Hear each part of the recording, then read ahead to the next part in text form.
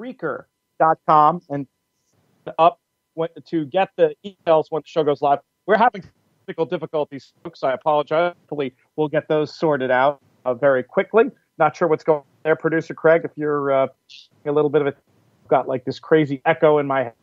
Not the beginning of the show we had today, not least of which the usual pilot on the show is missing in action. John Kinchin, not sure where Jake is. Hopefully, everything is cool down Planet Texas, but we have a more than able fill in the form of Timeform U.S. figure maker Craig Milkowski. Craig, how are you today? I'm doing well. Was sitting here making some speed figures when the producer called, so I'm at your service today. Well, thank you so much for jumping in last minute.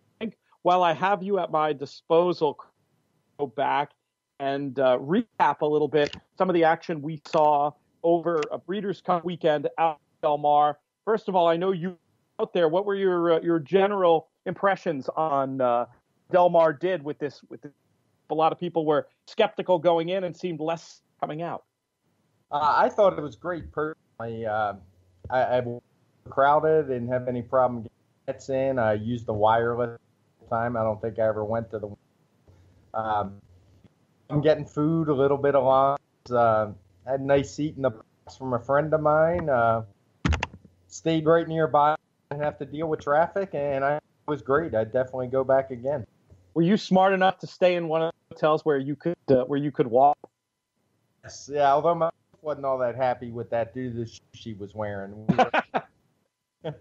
So we took it on one day, I believe, but we did walk the second day. The racetrack, the female racetracker, wise guy move, Craig. You gotta get her on it. You bring the fancy shoes for show, but the flip flops for the walk home. You gotta get that for the next time. She managed. She figured. She got the uncomfortable shoes, and we walked back. Pretty funny. How many Breeders' Cups went to in total? 2, and that would be last year and this year. Oh, excellent. That's interesting. I'm a little bit surprised that in your racing, the days of your racing fandom, you hadn't gone to more. Just didn't work out. Other things going on with your military. Yeah, when I was in the military, sometimes it wasn't always easy to get around, and had smaller kids. Now they're all older, so I have a little more time and disposable income than I had in the past. Excellent. Well, let's start off our discussion. Work backward at this year's Breeders' Cup, and we're going to start off our discussion with the Breeders' Cup Classic and gun run performance in it. One thing I noticed, I don't speed figures. I do try to think that an understanding of how figures are made and looking at different figures is an important tool for any horse player. And one thing I noticed just thinking about the Breeders' Cup Classic figure maker perspective, is it a particular challenge to make figures for a mile and a quarter at Del Mar, given how few races are run at distance and the horses who run typically of only a certain quality? Does it make it harder to come up with numbers for 10 furlongs? No, I don't personally think it, especially at a place like Del Mar, their standard mile oval. The run-ups are pretty consistent other than the 1 mile dirt race. Have a crazy long run up, avoid that short run into the first turn. But for the most, there's no reason that you can't use the same speed chart 10 furlongs that you use at 9 or 8.5 or 8. So, I just trust the clock and they run what they run, and you look at what it is on the chart, go from there. Makes perfect sense. What did you think of Gunn's effort all in all? Oh, I thought it was fabulous. Not only did he, he set a pretty pace for the distance. The times haven't been all that quick at Del Mar, and he did a 6.5 with pressure from a very good horse and collected. Just put him away and ran away from him. He got a 40 from me, which is about the equivalent of a 120 buyer. It's the second fastest number that I made since we've been Timeform US, and the fastest was actually his previous race when he ran a 142. So I can't say I was surprised. Effort. I think just in rare form, he was blowing away fields, and that's pretty much what he did here. Did you take note? I assume you did take note, as many did, of the seeming track bias over the 2 days of the Breeders' Cup. When you're making your figures, is there how does a potential dead rail situation like we saw over the 2 days of the Breeders' Cup affect, if not your numbers themselves, your analysis of the numbers? Well, you always have to take the bias into consideration when you're analyzing them. If you believe that there was a strong anti-rail bias, I know Gunrunner was a little bit off the rail, but he was probably as close to it as any winner we saw in the Breeders' Cup off the top of my head. And maybe the Juvenile, I really don't remember now every race, but it's he was certainly good. You have to look at the bias. One thing it does when you make numbers is it will definitely have an effect. If all the outside horses are winning the races and you're kind of building your speed figures off of those winners, you're almost building in the ground loss into your figures. I'm not sure there's any real way around that unless you account for ground loss in your numbers like some others do, like the sheets and Thoroughgraph. But it's something that's kind of built in almost by default when you do the speed figures. That's a great point about ground loss and how ground loss is incorporated into, as you say, the sheet figures. Your figures use a pace component.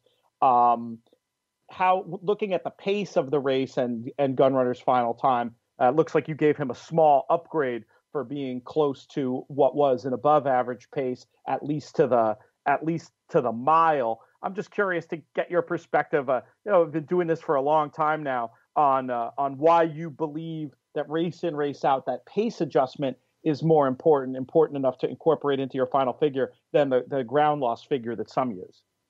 I wouldn't say that I think it's more important. I just think it's more possible to do for a small team for a small team like ourselves.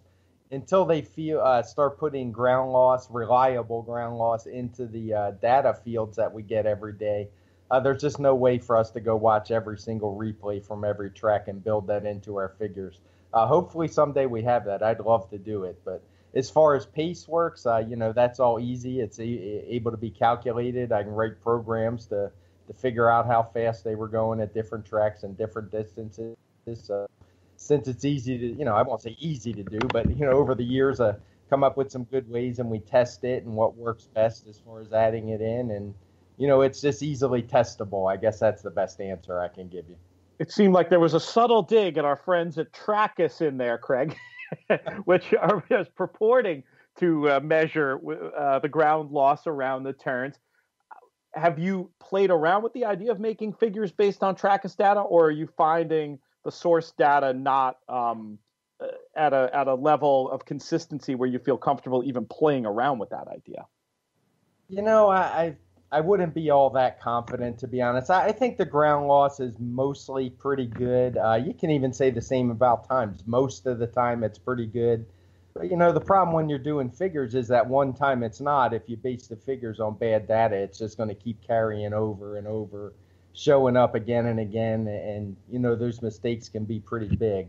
I've definitely played around with doing ground loss manually, and I like what it does with speed figures. I'm a big ground loss guy when I bet horses, especially during the fast part of the race. If the pace is slow, I'm looking for horses that get caught wide on that second turn. If the pace is fast, I love horses that were caught wide on the first turn. So I'm definitely a ground loss guy, even though it's not built into our figures. I love that idea. I'd like you to expand upon it for a minute, if you don't mind. Why that relationship between pace and ground loss? Why does that exist?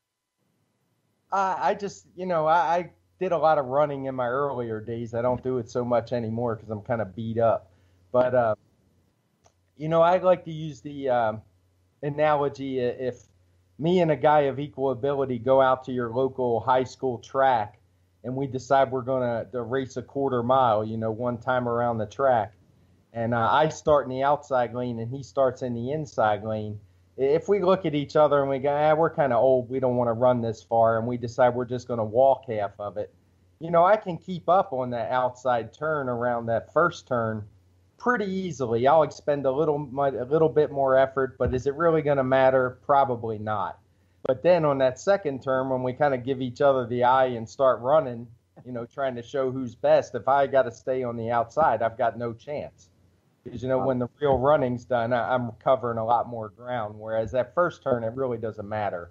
Now, of course, that's a bit extreme. Horses are never going so slow where you can consider it a walk. But I do think it matters where the ground loss occurs. I don't think all ground loss is equal. I don't know, Craig. Having watched plenty of New York turf races, it does seem like they're walking sometimes. It seems like an absolutely perfect analogy. How does it change when they're going hammer and tongs right from the gate? Well, when they're going really fast from the gate, then being wide on that first turn is just usually a death sentence. I mean, you just have to be much better than all the other horses. Really, that's the only way you're going to win with that kind of trip. If you're wide around that first turn with a fast pace, you just have to be much the best to win. And that kind of jumping a little ahead, but like Bolt d'Oro, he was a horse who, whether it was the post or the ride or whatever, I mean, to finish third was an incredible effort in the Breeders' Cup with the trip he had. It was huge, and we will get to that race in a minute. But before we leave our discussion of the Classic, I want to talk about Arrogate for a minute. I think it's kind of interesting that some of the same voices we were here. Granted, some people, Paul Matisse comes to mind, been very consistent about this from the get-go, that this was not a horse that liked Del Mar, and that was maybe part of the reason why his tail off was so exaggerated. But it does seem like there are people in other quarters who spend a lot of effort at the time convincing us, no, it wasn't Del Mar. It was the horse and the way he was training, and he's coming into this so much better, and he's put on weight and all this stuff. And now it seems like after another dud of an effort, we're hearing that even from them, okay, well, maybe it was really the track. How do you evaluate Arrogate's last few runs? Do you think the track was the main factor, or do you think that's just an excuse for a horse that was tailing off? I personally think it was probably some of both. I don't think he loved the track all that much, but he just didn't look like the same horse. He's a horse in the Classic. I never even considered him. Luckily, the race was at the same track, so whether it was the track or the horse really didn't matter. I just didn't think he was going to run well. But personally, had the race been at Santa Anita, I'd have tossed him just as well. I've just seen too many horses over the year. It seems like when they head south, they stay south. Just not a fan of those, and they usually get bet just like Arrogate did. I mean, he was 2-1 in this race, so you overcame the takeout if you didn't like Arrogate just by tossing them. So if you can get rid of those reputation horses from your betting, I think it gives you a big edge. It is interesting in the Breeders' Cup, so much more so than your average day of racing, because it's so competitive. I just feel like that sort of value approach is rewarded more than it is day in, day out, where I feel like if you're going to survive day in, day out with some of the short fields we see and dominant favorites, you've got to find a way to at least not let the dominant favorites on the day in, day out basis beat you. Whereas it seems like on a day like the Breeders' Cup, you're much more rewarded to just be able to take a strict value approach and say, you know what, he can win, but I'm not going to use him anyway because the value just isn't there. Do you think there's anything to that idea that you have to bet a little bit differently, or that you're rewarded for betting a bit differently on a day like the Breeders' Cup or the other big racing days in the States where you've got big full fields that are much more competitive than your sort of average fare? Yeah, I definitely think so. There's no doubt that, especially weekday racing, you really got to pick your spots these days, because there's just so many races I find that I look at for about 2 minutes and I'm like, well, there's nothing here. I mean, if you're trying to find value, to me, if it doesn't jump out at you, it's not there. So it's probably time to move on. Whereas in the Breeders' Cup, it's a combination. Like you said, it's field sizes, and it's not just field size, it's the competitiveness of the races. Not only is the contention deep in the race, usually the pace is going to be contested. Nobody's stealing races on Breeders' Cup Day for the most part. All right, now I'm going to ask you a very difficult question that I should have prepped you for, but of course I didn't even prep you that you were going to be on the show, so I don't know how I would have prepped you for this question. When one is looking at Timeform figures that appear on the actual Timeform.com website, it doesn't seem like they're 100% of the time the same as the Timeform figures that are going to appear in either the Classic DRF past performances or even the Timeform US site. Is this my imagination or is it real? And what accounts for the differences as a way to begin talking about the Breeders' Cup turf? No, that's a pretty easy one for me. There's two things that are different. Over in the UK, the Timeform ratings that you see on their site, there's two things that'll make them different. The first one is they use a weight for each component, where basically they're saying a grade one is a grade one, whether it's a 2-year-old, a 3-year-old, or a 4-year-old. So a 3-year-old actually gets some extra credit. They're basically projecting what will this horse run when he's fully mature. So for example, a 3-year-old might run in May a 120, and they'll say, yeah, but in May next year, this will be a 132. So that's what we're going to rate the horse. So we remove that here in the States just to make the comparison similar. We don't want to know what the horse is running because we don't do that with our speed figures. I don't think anyone does that here. So we want to compare what they're running now or what they actually did run on the track. The other component with Timeform US past performance is not necessarily daily racing form, is we do a weight adjustment. You can turn that on and off as a user. So if you have it off, it will be the same as Timeform, but if you have it on and a horse is dropping weight, as most are that ship from the UK to the States, their rating's actually going to be a little bit higher in our PPs because we say, well, hey, they're carrying less weight. They're going to move up some. Let me ask you this: as a horse player, which setting do you prefer? Do you prefer to have the weight adjustment on or off? I always have it on personally. I think weight does matter. It's not a huge amount. 2 pounds equals 1 point on our figures. So if a horse picks up, drops 10 pounds, they'll get an extra 5 points. That's not nothing. That's it's really not. But very rarely do you see a 10-pound switch. That's my point. Usually it's going to be. We have one when we get to the Breeders' Cup Mile. We can talk about one actually. Maybe I can think of an example there with I don't think it was quite 10 pounds, but it was a big shift in the weights between the horses that finished 1-2 there and also 1-2 in the Woodbine Mile. But that's a great answer, and it definitely helps explain. I'm just curious also to get your general thoughts on the Breeders' Cup turf and the Talismanic's big performance to get up at a huge price. Yeah, it was a good race. I actually think that Beach Patrol was probably the best horse in the race. He just got out-tripped in there. Talismanic just saved ground all the way. Sat off what we have as fast fractions are all coded in red in the Timeform US PPs. And Beach Patrol was right up there on him. I think Oscar Performance went to the lead, the really fast 3-year-old. And he tracked him, took over, and just didn't quite have enough force.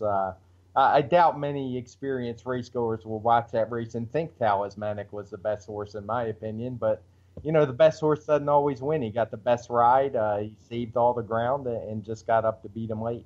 Huge effort also from Highland Reel to hang on for a little piece there. But you feel like Beach Patrol was superior to Highland Reel because he was ahead of them with hot fractions and also was maybe lost a little bit more ground. Is that where you're coming from? And he still finished in front of him despite those things. In his case, they all ran really well. It'd be something to see what Highland Reel could have done if he ran in the States all the time. I think he would have been one tough customer.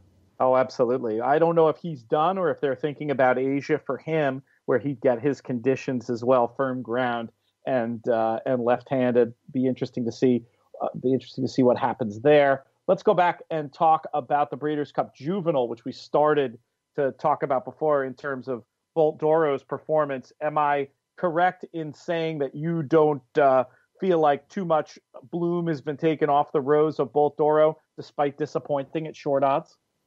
No, I don't think he had much chance. He broke a little, didn't break too clean. And I don't know. I'm not a huge, what are you supposed to do from the 11 post? But it seems like Corey Nakatani could have done maybe anything different and it would have been better. But he just kind of got hung out on both turns and had no shot. And the run third, I thought, was a respectable effort. Not to take anything away from the top two. They ran very well also. This is definitely one where I'd like to have ground loss and the pace thing built into our figures to see what it looked like. And that's probably something I'll do in these slow December months just because that's the kind of geek that I am when I have nothing to do. Thank goodness for your geekiness, Craig. Craig geeks out, so you don't have to, listeners, and you should be thankful about that. Now, when you have a track where it sounds like you agree with the conventional wisdom here that the rail was dead, is it that how do you reconcile ground loss on a track where the inside wasn't the place to be? I assume not all dead rails are created equal. There are probably some where you're fine from the 2-path to the 8-path or the 2-path to the 5-path. But then for you, Bolt Doro was just so far outside that you want to give him extra credit for that anyway. Is that right? Yeah, I don't think exactly. I don't think there's any way you could say, despite losing all that ground, that it was a good thing. I know the rail wasn't the place to be, but I don't think running near the grandstand was either by any means. So I don't think the rail was so bad that it was. We've seen tracks where Mountaineer, it seems like, for example, the further out you are, the better you are. Right. I don't think that was the case at all. I think this was just a case where maybe the 1-2 paths were probably not as good as the others, but I don't think it was anything that extreme where I would downgrade Bolt Doro because he was, lost 50 or 10 lengths of ground or whatever it was. Maybe he only deserved 6 lengths of credit instead of 10. It's definitely not the ideal journey. I agree. The only defense I'll make of Nakatani is it just seemed like the way the ground broke from under Bolt Doro, that the trouble at the beginning and how long it took him to sort of get into stride might have been more the horses doing than anything that the jockey wanted to have happen. Now, we've seen that in the past, the horse losing his early speed and ability to push off as a sign of declining form. Look no further than Arrogant for an example of that. When he stopped breaking, he was able to overcome it, obviously, in Dubai, but I still think you can make the case that the sort of bad break was at least a clue that the form wasn't going to be going in the right direction from there going forward. I will say I have the slightest concern about that from Bolt Doro, but it sounds like you have no fear. You'll put him away. He'll come back. You feel with somewhat confidence that this is a horse who's ready to move forward? Yeah, I think he is. I agree with you. The gate thing is a problem. That can lead to issues. I learned that a long time ago. I remember when Silver Charm was one of my favorite horses. Me too.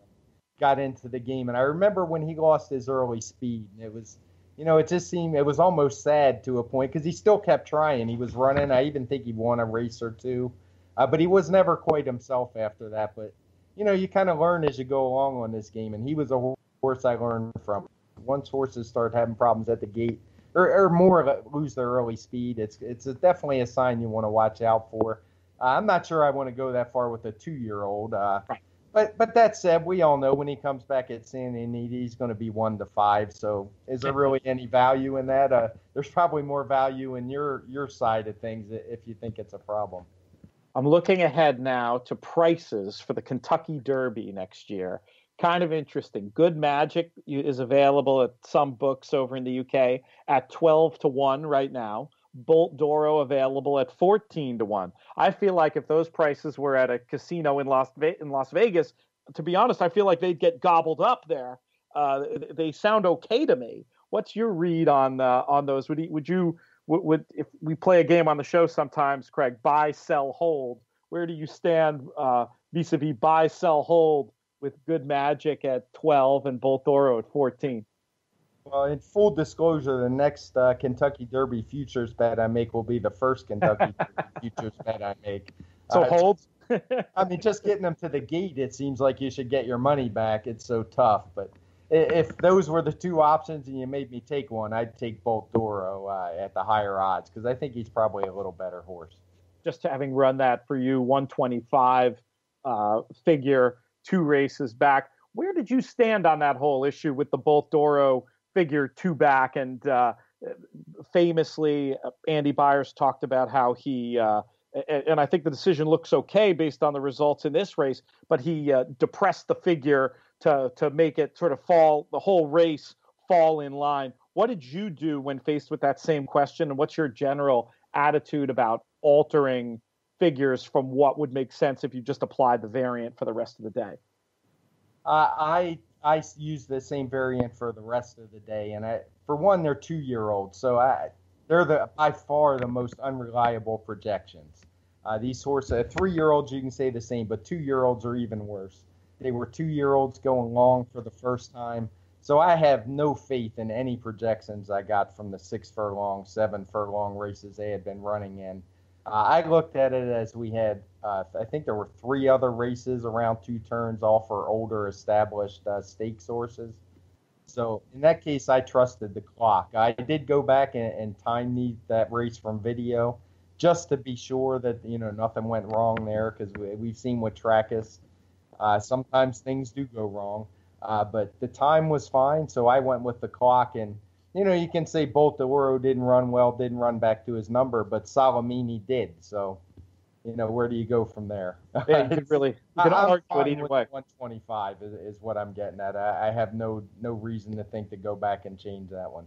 That's actually right between the sort of raw buyer estimate, which would have been up over 110, and the one that he ended up going with 100. It feels, it feels right to me that the idea that it was between, and I think Bayer actually raised the figure after the race to come closer to where you were. So it feels like that was a pretty good educated guess, and it'll be interesting to see what happens with that figure going forward. Do you change figures after the fact from time to time, Craig?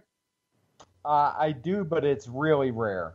The evidence has to be pretty strong. As a matter of fact, I have an assistant now that lives out in California, works for DRF, and he wrote to me and said, there were 2 that I really struggled with. I had trouble. I didn't have a lot of data. And, he keeps notes of why he makes the decisions he did. And the run backs just didn't support him at all. Both races he had too fast by, between 8 and 10 points. So on Monday, he asked me to change them, so I went and changed them. But that's pretty rare. I mean, if I do that 20 times in a year, it's a lot. We're talking a few thousand races, I'm sure. Makes sense. It's an interesting question. I think at the end of the day, the best thing for users is to take that information, rather than being a slave to one's initial methodology, to take in new real-time information as it comes and produce the best figures possible. I assume that's your attitude about it. Yeah, it is. And, one of the things that makes it tough these days is horses just don't run back like they used to. I mean, it's not uncommon for me to have a maiden race that I didn't have a lot to go on. And so I'll be tracking, looking at the run backs, and 5-6 weeks later, none of the horses have run back. So, what do you do with that? By the time they all run back, it's 3 months later, and but it makes it tough for sure. One of the good things in Timeform US PPs is you can click on the top 3 finishers in any race, and the chart pops up for that race, and you see not only the figure they ran that day, but you can also easily see any subsequent or any past figures at a glance. So, if you're not sure, and we do code figures that we're a little shaky on, you can easily go in the chart and look and say, well, all the horses have run back 7-8 points slower. Maybe I shouldn't trust that figure. I'm not going to sit here and tell you that I'm perfect and every figure is right on the nose, because it's just not possible to do. So use all the tools you have. I can't tell you how many times I pull those charts up and look in them and see how the horses are running back from a particular race. It's more of an art than a science, and that's just one of the tools you can use to help give your own perspective. And I'm just a believer that even if you don't want to make your own figures, understanding some of the nuance and process of figure making is going to make you a better horse player. And both DRF Formulator and Timeform US, which I love to use in conjunction with one another, give you sort of different tools and views to make your own informed decisions. And I love that idea of that process of race review by going in and looking at the charts after the fact. And I'll use Formulator to make my own notes and even say, Timeform saw this race this way and Bayer saw it this way. And you just sort of know that's a figure you're going to be that much more interested to see the horses coming out of that race and what they do next time. It can only help you understand what's going on at your local oval. Speaking of that chart feature in Timeform US, let's use it to look at those 2 horses, World Approval and Lancaster Bomber, and see how the shift in weight affected the figures from the Woodbine Mile and then going forward into the Breeders' Cup Mile. So when we look at that chart feature, what are we seeing? Well, when you look at the charts, you're only going to see the figure that they ran that day based on the weight they carried that day. So, like, I just opened up the mile. World Approval carried 126, and he got a 128. That 128 in the charts is never going to change. What would change is if he ran back next time and he was carrying 130, so he'd be picking up 4 pounds. That 128 would drop down to a 126 because we're saying, well, that's going to slow him down a little bit. He's not going to be quite as fast. Now, that's if you have the weight adjustment on. Right, if you have it on, and we leave that to the user. It's just a little toggle switch. If you don't like it or you like to do it on your own, you like to do it in your head, or you just don't think weight matters, you turn it off and you never see it again.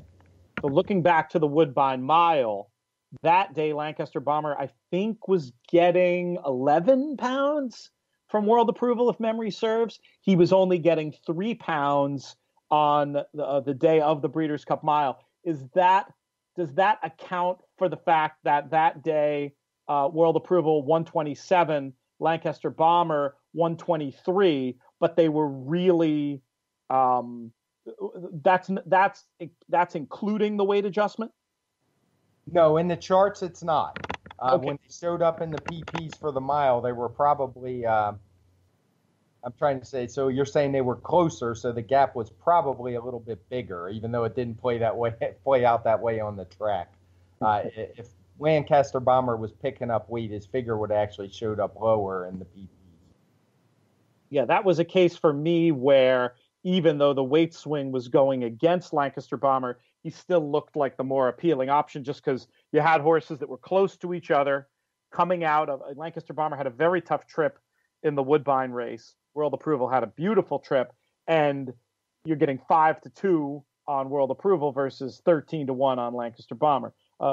If others out there listen to the opinion that JK and I had on that, hopefully you were smarter than us and played the one-way exacta saver World Approval over Lancaster Bomber instead of just hitching our colors to Lancaster Bomber's mast on the win end and in horizontals and getting nothing. But what were your thoughts on the mile in general? Any horses who particularly impressed you or you'd be interested in betting back out of this? I think the right two. I was surprised by Blackjack Cat. I've never been a fan of the Southern California turf horses for quite a few years now. They don't seem to show up on the big days, but he ran a good race. But he'll go back to California and probably beat up on those guys. And but I think the two best ran 1-2. I wasn't a huge fan of this race. I don't think it was the strongest mile we've seen by any stretch of the imagination. So not a big one I'm looking for bet backs or anything like that. Yeah, Ribchester disappointing, coming back quick. Watching the tape again, I felt like it probably wasn't exactly the trip that he wanted, and that maybe the combination of a potential regression or bounce, whatever you want to call it, and the trip made it maybe not as bad as some were making it out to be, but obviously on form, have to call him one of the disappointments of that race. Any further thoughts on the mile, Craig, before we move on and talk about the sprint? No, just that's one thing you got to watch out for with the Euro shippers is when you get them on these tight courses and tight turns that they're not used to. You got to be careful taking small prices because just a little bit off in a turf race, I mean, you're off the board. So not really a big fan. If I'm going to take a Euro, it's going to be a longer price with Lancaster, but like you said, with Lancaster Bomber than I am with a horse like Ribchester. Well, let's move on to talking about the sprint. This was a race where JK and I had heated debates about Roy H., with JK being against the horse because he'd been so close to blue-coated fractions. My point was that I'm against a front runner, like a horse that needs the lead, when that you see a lot of blue from that type of front runner, a horse without much finish. That makes me be against them. But for me, a horse like Roy H., who I felt had demonstrated in his PPs, had some finish. It didn't make me anti. Where did you stand on Roy H. coming into the race. And I'd love for you to talk generally about how and when you look at those blue-coated fractions as a negative. Sure. This is actually a race I can for once toot my own horn about. I did some articles. I did an out of the gate spot on DRF, and even I did an interview with Gino Bacola on his radio show that he does, and some other things. And every single one of them, it was 8 and 10 and 10 and 8 for me. They were nice. The only two horses, Roy H and Imperial Hint. And the reason being, I put a line through Roy H's last 2 races as far as speed figures go. I still, of course, watched them, and he was in the Drefong race at Del Mar where Drefong just totally screwed up the race when he dumped the rider and was racing erratically while loose. And, I think Roy H probably would have won that race if it wasn't for him. And then for sure. His last race, he was just a total standout. He sat off the pace, as you said, a little bit. And, so the speed figure for me was just put a line through it because the pace was so slow it didn't matter. He wasn't going to be able to finish. Kind of like that thing we talked about when I was saying a person, if you walk half the race around the track and then run, doesn't matter how fast you run, you're going to run a crappy time. So that's kind of how I viewed Roy H's race. And the way the track had been playing at Del Mar, not just for the Breeders' Cup, but just all along, I loved the 8 and the 10 with the 2 outside posts. I thought they were the 2 best horses. They got the best draw, and they were just the ones I went with there. Great. Well, how do you use I want to get back to that question of the downgrades with the blue and when you apply those. But how do you use your figures as they appear in the PPs to evaluate which horses can finish? I use the blue figures for, when we're talking dirt, I'm usually with JK where I don't want to see front runners, which Roy H wasn't, in my opinion. So I wasn't too concerned about him. But I don't want to see front runners setting easy leads and blue fractions. And I kind of take their figures at face value because we downgrade horses like that, which is why the figures, not only does the final time come back slow, we kind of penalize them sometimes and, say, this pace was so slow, you don't get full credit. You ran 100 pace figure and 120 finish. You only get a 112 or whatever the formula comes out to be. But as far on turf, I love a horse that can close into blue fractions. When I see him, my eyes light up because you're looking for horses that can finish. So it just kind of depends on the distance and on the surface. On dirt, like I said, normally I look at it as a race, as a speed figure guy where I know I can ignore the speed figure. And that's what I did with Roy H. I knew he had trouble a couple times, so I went back to his race on Belmont Stakes weekend where he ran a 133, and I thought his form was just as good as it was then. So that's where I came from with that race.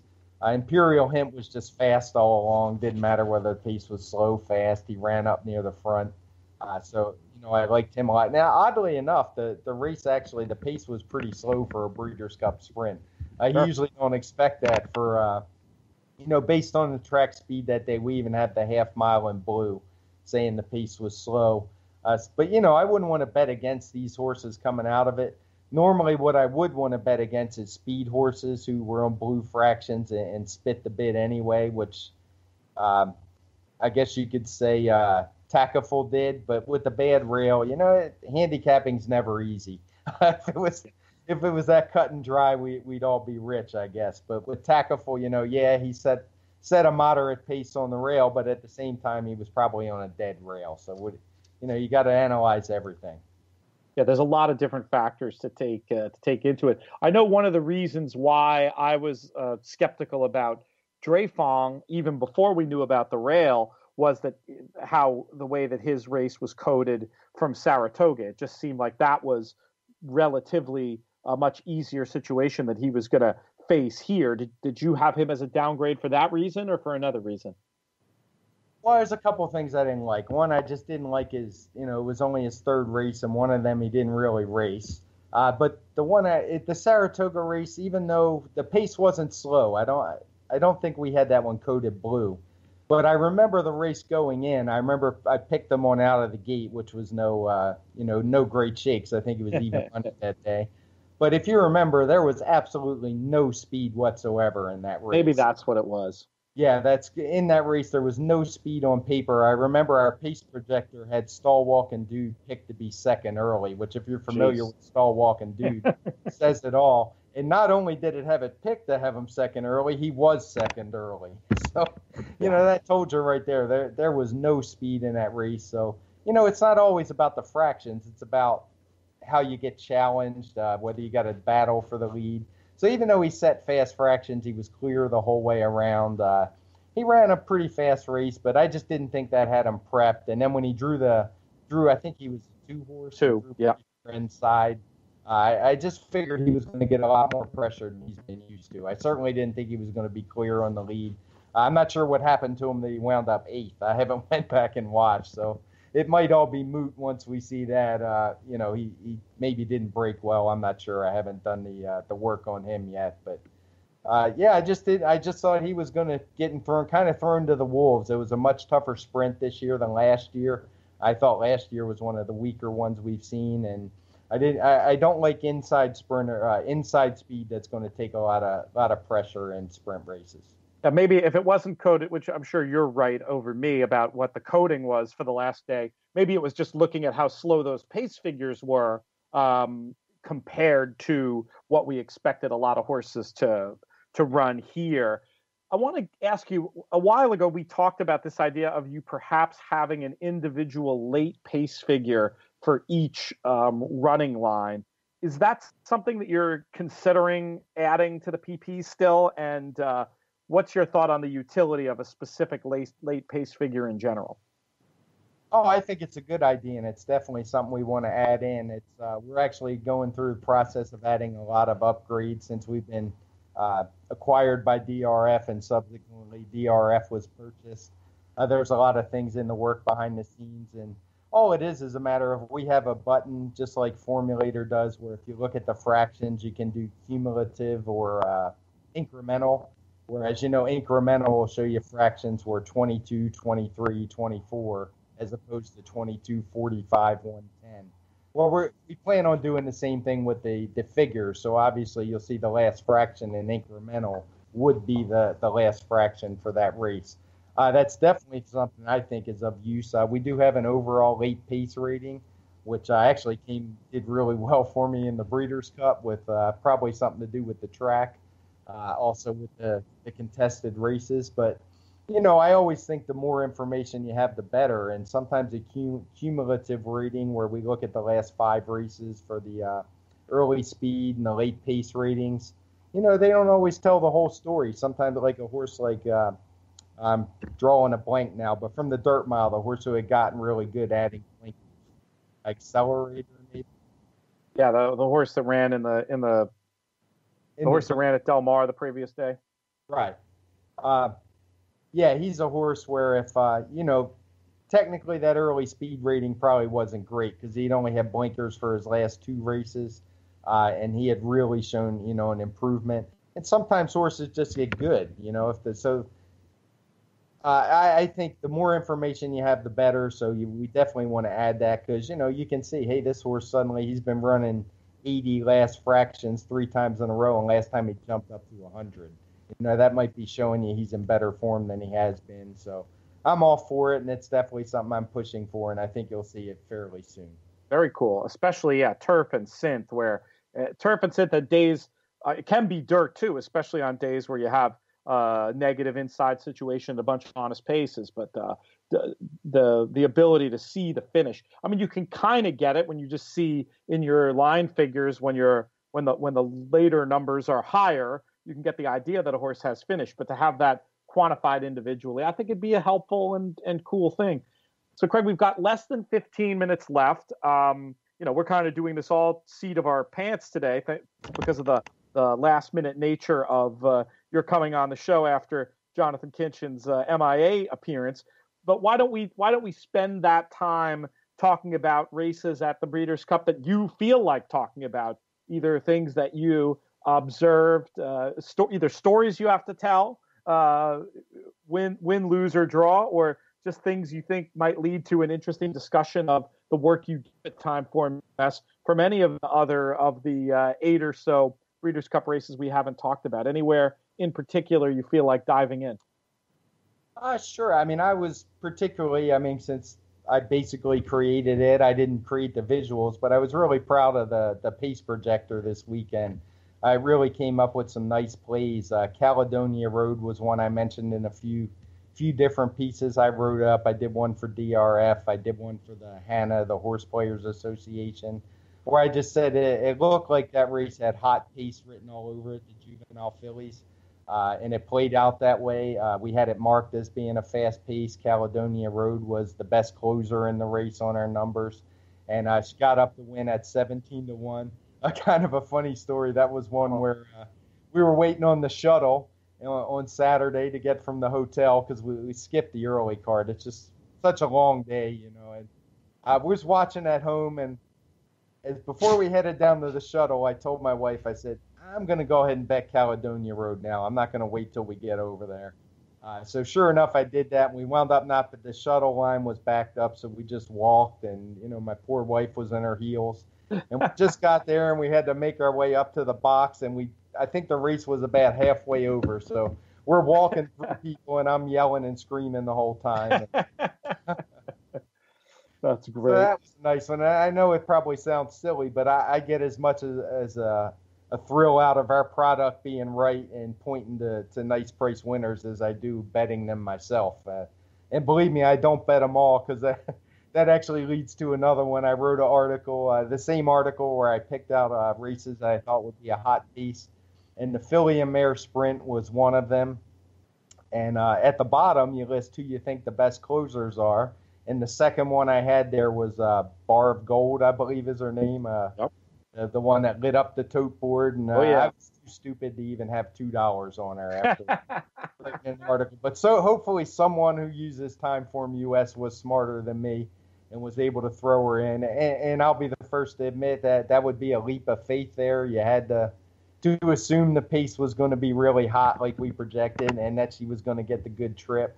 And, you know, she did it. And that was one of those I was happy inside that the product looked good and kicking myself on the other side, on the back side when I was like, man, I didn't even bet $2 on a 66-1 shot. So that's amazing. Let's talk about when you say the best closer, are you talking about the what do you call it? The preview screen where you pop up the preview screen and you see every horse running in the race. You see the horse's name, the morning line odds, you see the spotlight rating, and then under running style, there are two numbers, one ahead of the running style and one after. Is it that number after that you're using to evaluate who the best closer is? Yes. Yeah, that's the one to the right of the running style. We call it the late pace rating. And I think it's also available in DRF now. I think it's in the printed PPs and also the classic PDFs. Where we just list those, the Timeform US early and late ratings. And the early rating actually pretty much reflects what you see in the pace projector. The fastest early rating is usually going to be in front. There are a few changes, like if a horse is adding blinkers or things like that, we might make small adjustments to the pace projector. But yeah, the late pace rating doesn't change, and it's a one on definitely down the right-hand side. And, you know, what I do is when I see there's going to be a hot pace, I look for horses I think that can that are going to finish the best and be a good price. And we all know this game is heavily slanted towards speed.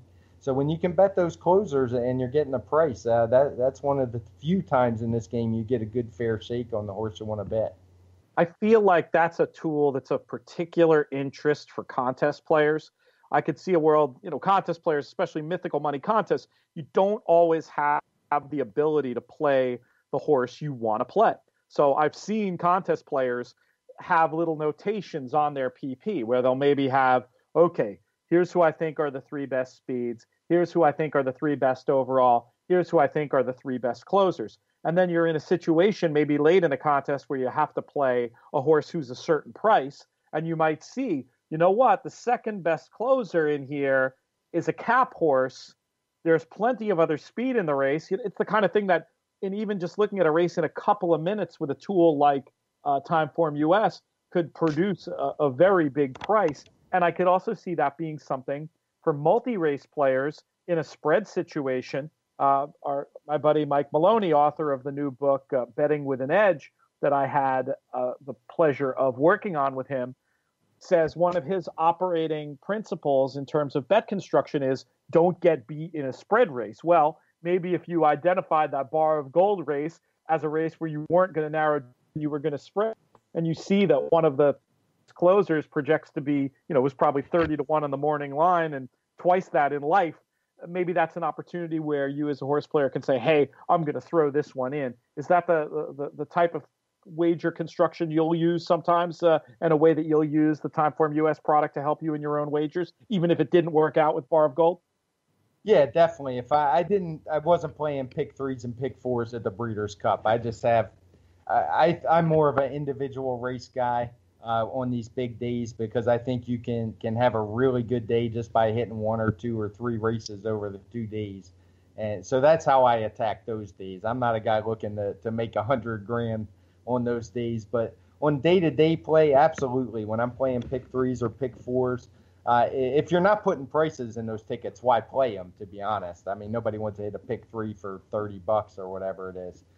So you got to look for horses that are going to pay a price to differentiate you from the crowd. And Bar of Gold is definitely the kind of, I look for those on the pace projector all the time. There was one at Aqueduct yesterday who we showed with the blue favors on or near the lead. And the horse right up front was 34-1. One easy, was never touched on, so sometimes you got to have a little blind faith or however you want to call it, just taking a shot with a horse you think has some chance. That horse was 34-1, maybe really was 15-1, should have been 15-1. I'm not going to sit here and say the horse looked like a standout on paper, but if you want to get the prices, and especially if you want to get the big payouts and pick threes and pick fours and pick fives, you got to put some of those big prices. You got to take your shots. All right, while we're talking about that screen in Timeform US, remind me again, what is the proper name for the screen we were describing that has the spotlight and the running style where you can see every horse in the race? What do you call that? I just call it the preview page. That's the tab you click on that says preview, and that's what brings it up. So I always call it the preview page. I think that sounds good. Now, tell me about the running style itself that's listed between those early and late pace numbers. I'll be honest with you. I use the product all the time, and I'm not exactly sure how that's calculated or what it's meant to mean. Is it a prediction of what's going to happen in today's race, or is it the running style that these horses have historically used? Well, it's historically, but it also does take into account surface and distance. So, if a sprinter's stretching out long and he's been running, as more of a pace presser, which we call a tracker, sitting a couple lengths off the lead, and he's going to a route, we're going to boost that a little bit and probably call him a speed horse. But for the most part, it's going to be what they've run in the past. We don't try to predict too much what they're going to. We're telling you what they've run and assume they'll do something similar.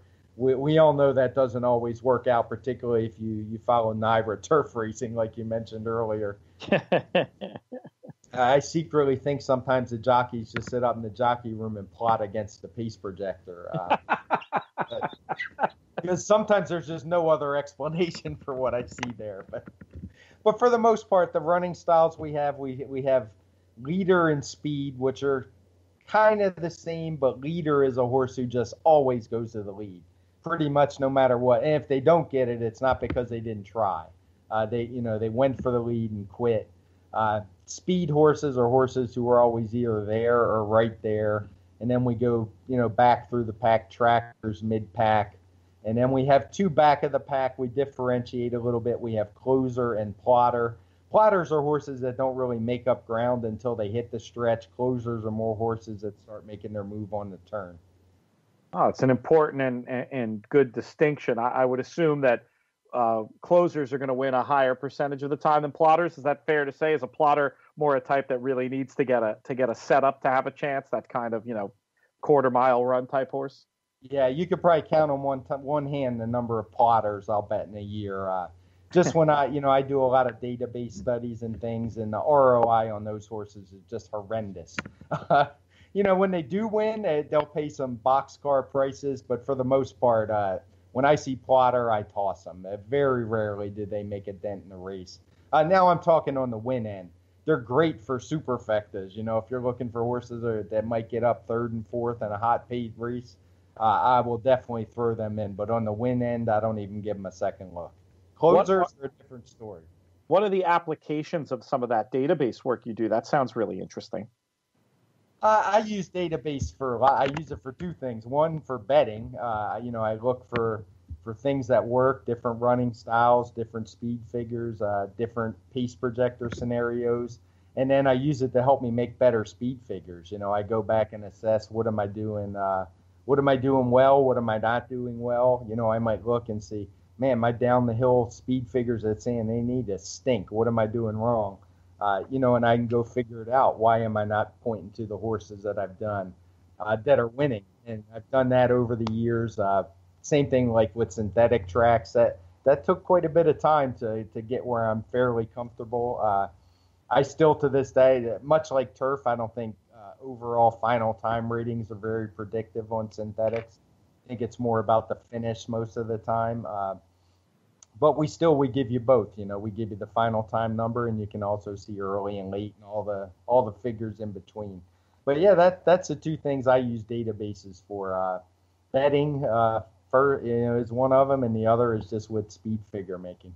And when you say betting, I assume you mean like in terms of track profiles. This type of horse does well in this type of configure. Closers do well at this surface and distance. Speed does well. That type of thing. Yeah, definitely those type of things. I do post position studies for all the tracks. One I mentioned is Santa Anita down the hill, the 6.5 furlong turf sprints.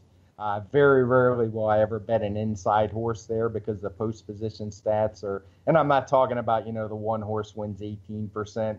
I'm talking about looking at ROI and looking at field size and all those things that give you a truer reflection of how the post affects the races.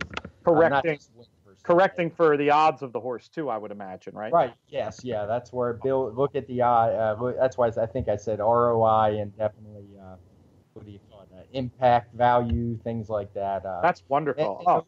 Over long stretches, I think the post position stats can tell you something. I don't think they mean a whole lot from meet to meet. It's more a geometric thing with me. Love it. Post position, depending how the track's laid out, I think post can have a big effect. Well, you've covered so much amazing ground, given me ideas I've never thought about. What an informative hour. I want to have you back on soon to talk about some of that database stuff, especially. I mean, I could do 10 more minutes just on the 6.5 down the hill. I have so many questions, but we are out of time. We've been talking a little bit about baseball history on the show lately, Craig. Last week, I taught Jonathan Kinchin who Kennesaw Mountain Landis was when making my recommendations for the Breeders' Cup betting towel. Now I'm going to send Kinchin to the baseball history books to read about who Wally Pipp is, if you get that reference. You did such. I hope. I don't think I want to be considered in the same class as Lou Gehrig. Well, I don't know. Some listeners might disagree with some of the knowledge you dropped over the course of this hour. I want to thank you so much. Great stuff. And we appreciate it. Kinchin owes you a bottle of your favorite spirit. You can let us know offline what that is. And we'll go from there. Okay. Well, happy to fill in today, Peter. Thanks for having me, buddy. Thank you very much. Thanks, Craig Milkowski. Thanks to all of you for listening. No thanks to Jonathan Kinchin. Thanks to producer Craig as well for helping throw this together at the last minute. We will have another show on Tuesday, possibly with Jonathan Kinchin, the People's Champ, back at that stage. If you're playing this weekend, I'm Peter Thomas Fornatal. May you win all your photos.